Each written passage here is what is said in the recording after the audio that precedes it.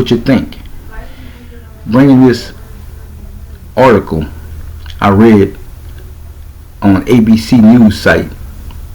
Ex-Trump aide Peter Navarro gets 4 months for defying January 6 subpoena. Former Trump White House advisor Peter Navarro was sentenced to 4 months in jail and ordered to pay $9,500 fine Thursday for defying a congressional subpoena to cooperate with the House Select Committee that investigated the January 6th attack on the U.S. Capitol. Navarro was convicted in September on one count of contempt of Congress over his refusal to appear for a deposition in front of the committee, and on a second count for refusing to produce documents. At his sentencing hearing in federal court Thursday, Navarro told U.S. District Judge Amit P.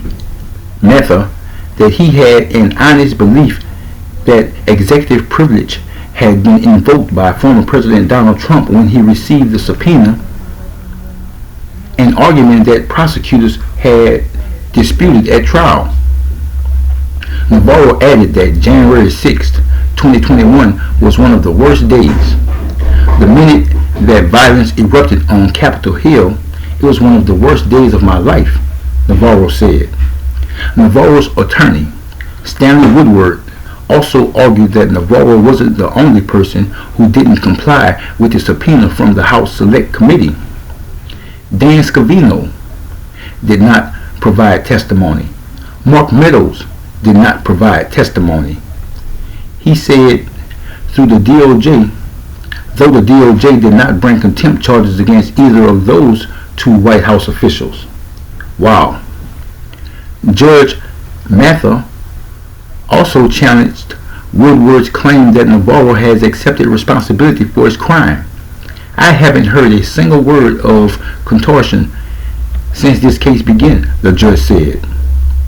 Following sentencing, Navarro's attorneys immediately filed an appeal.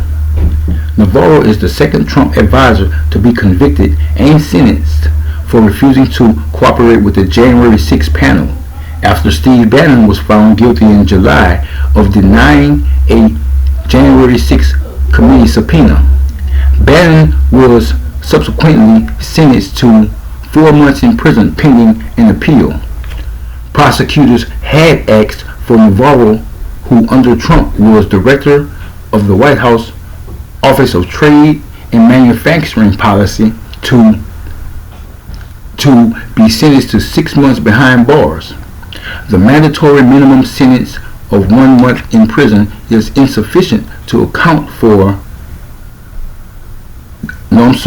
the minimum sentence of 1 month in prison is insufficient to account for, punish, and deter the defendant's criminal offense. Prosecutors wrote last week. For each count, the court should instead impose a sentence of 6 months imprisonment, the top end of the applicable guidelines advisory sentencing range, and fine the defendant $100,000. In their memo, prosecutors said the 6 month sentence for each count could be served concurrently. Navarro's attorneys had requested that the court sentence him to no more than 6 months and require he pay a fine of $100 for each count. The January 6 committee's 17-month probe, which concluded with the release of its final report in December 2022, determined there was a multi-part conspiracy to overturn the lawful results of the 2020 presidential election. Among the panel's 11 recommendations were that Congress affirm the way electoral votes are certified, that it bolster efforts to combat violent extremism and threats to election workers, and that it improve the effectiveness of the Capitol Police. Wow. Well, that's the article, folks. Tell me what you think. Did Navarro get a fair sentence, or did Navarro get a sentence that was too light? Or did Navarro get a sentence that was too harsh? Let me know in the comments. I appreciate you all.